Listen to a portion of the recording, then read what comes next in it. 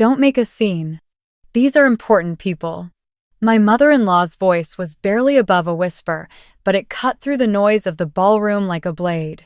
Her hand pressed against my forearm, not affectionately, the way a mother holds a daughter. More like a warning. Like she was pinning a dog to the ground before it could embarrass her. I smiled and said nothing. Around us, the annual Hargrove Medical Foundation Gala hummed with the kind of quiet wealth that doesn't need to announce itself. Crystal chandeliers. Black tie. The soft clink of champagne flutes carried by servers who moved like ghosts. My mother-in-law, Patricia, had spent 3 weeks talking about this event. Who would be there? What it meant for my husband's surgical career.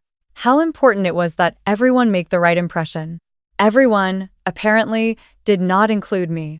My husband, Dr. Daniel Whitmore, stood a few feet away, already absorbed in conversation with 2 senior partners from the hospital board. He hadn't looked at me since we walked in. He had that way of erasing me in public, not cruelly, just efficiently, the way you move furniture out of the way before company comes. Patricia leaned close again.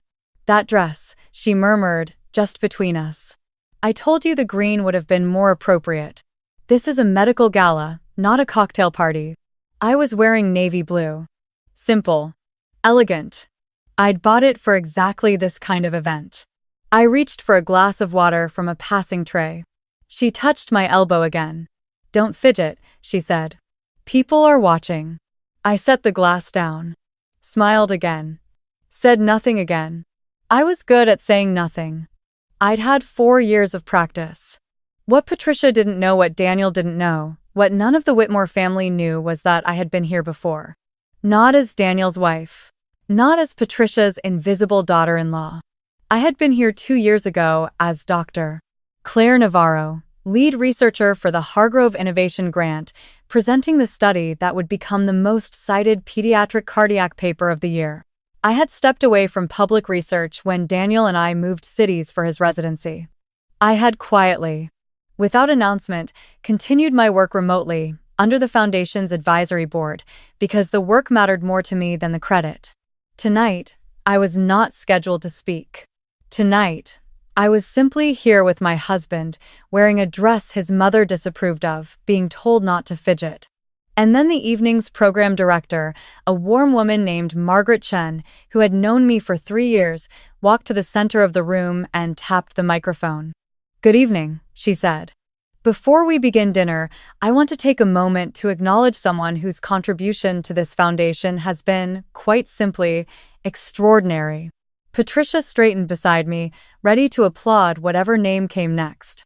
"Most of you know her work," Margaret continued. "Some of you have read her published research without knowing she was in the room. Tonight, we're thrilled to formally announce that the Hargrove Foundation's new Pediatric Cardiac Research Wing will be named in honor of Dr. Claire Navarro Whitmore, whose 3-year longitudinal study directly shaped our new treatment protocols and secured over $11 million in federal research funding." The room went quiet for exactly 1 second. Then the applause started. I felt Patricia's hand go completely still on my arm. I felt it the way you feel a change in air pressure before a storm. Her fingers didn't move. Her breathing stopped. I watched her face in profile, the slow blink, the confusion, the recalculation happening somewhere behind her eyes. I set my water glass down. Quietly, calmly. And I walked toward the microphone.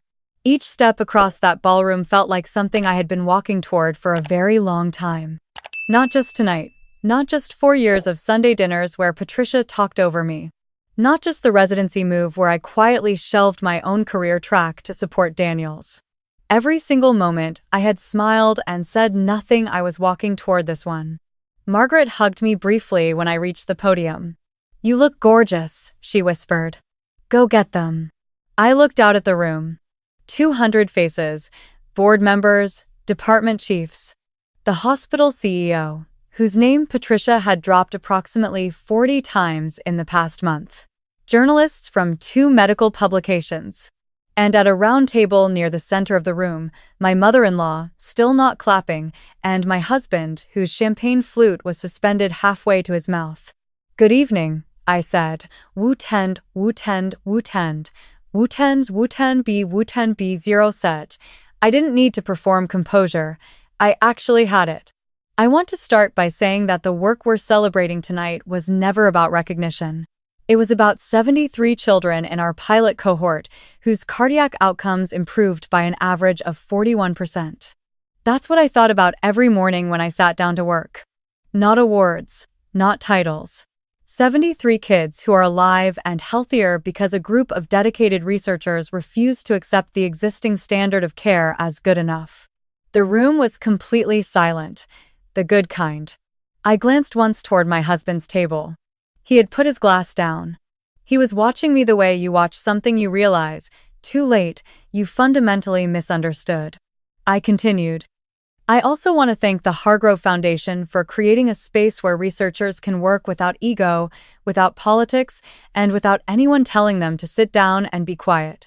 A ripple of laughter moved through the crowd. Warm, knowing. I did not look at Patricia. Thank you, I said simply, and stepped back. The applause that followed was not polite. It was the kind that fills a room from the floor up. Margaret squeezed my hand as I stepped away from the podium. The hospital CEO caught my eye and nodded the slow, deliberate nod of someone taking a name seriously for the first time. I walked back toward the table. Patricia had found her applause by then. Small, measured claps, the way you clap when you are trying to appear like you already knew. Daniel was clapping too, but his eyes were somewhere far away, recalculating something I could see him struggling to add up. I sat down, reached for my water, took a calm sip. No one said anything for a long moment. Then my mother-in-law turned to me and, in a voice stripped of its usual certainty, said, "You never told us." I set my glass down. I looked at her evenly. "No one asked," I said. Daniel opened his mouth, closed it. Then, quietly, "Claire, how long has this been going on?" "The research?" 3 years. "The advisory role?" 18 months. I paused. "You knew I was still publishing. It's on my faculty profile." He had the grace to look away. The dinner continued around us. Servers brought courses. Conversations resumed at other tables. But at ours, something had shifted permanently, the way a bone sets differently after it breaks. Later, as guests moved toward the reception area, the hospital CEO approached our table. He shook Daniel's hand briefly, then turned to me. "Dr. Navarro-Whitmore," he said, "I want to schedule time with you next week. We're restructuring the Innovation Committee and I want your name on it." "Of course," I said. "I'd be glad to." He walked away. Patricia watched him go. Then she looked at me, really looked at me, maybe for the first time in 4 years, and said nothing. That nothing was louder than anything she'd said all evening. The drive home was quiet. Daniel kept his eyes on the road. The city lights moved past the windows in long amber streaks. I didn't fill the silence. I'd spent enough time filling silences that weren't mine to carry. Finally, he said, "I didn't know the wing was being named after you." "I know," I said. "You should have told me." I thought about that.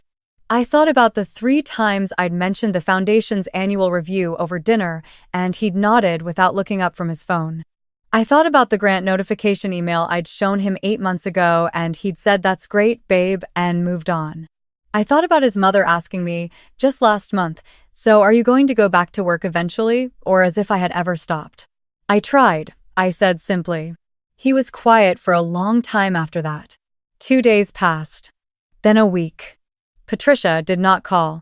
Daniel was careful around me in a way he hadn't been before, attentive, slightly overcorrecting, the way people move gingerly around something they've realized is more fragile than they treated it.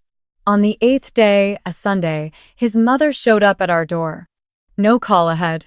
She was holding a bakery box and her posture was different, less architecture, more human. I let her in. Made coffee.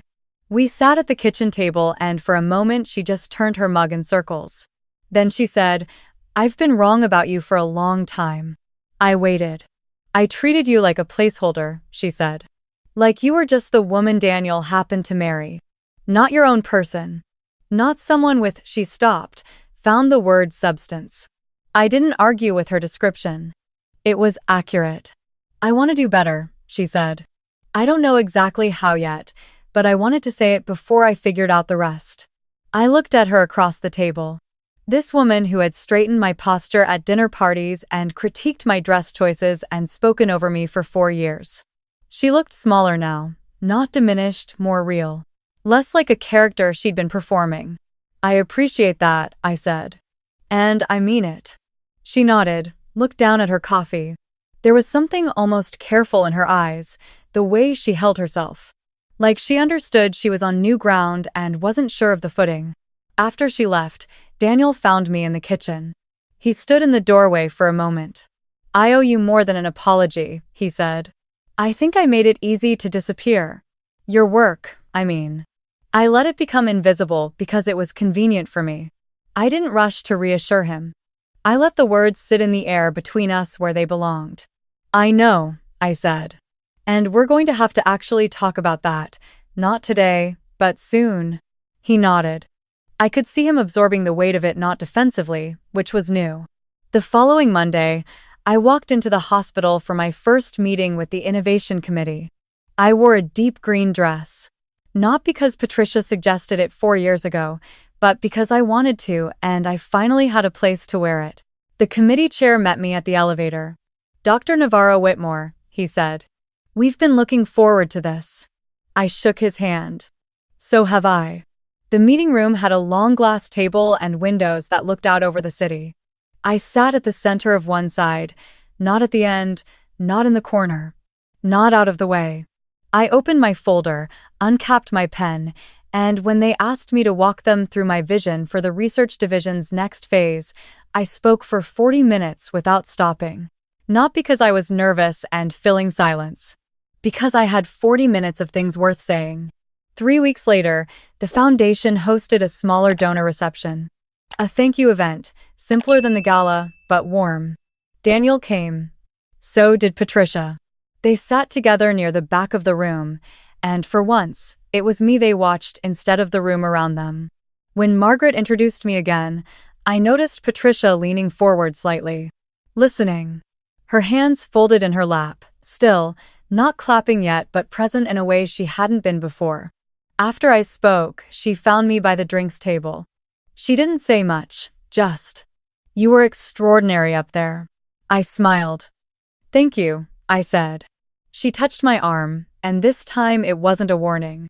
It was something quieter and more honest than that. Driving home that night, Daniel reached across the console and took my hand. I let him.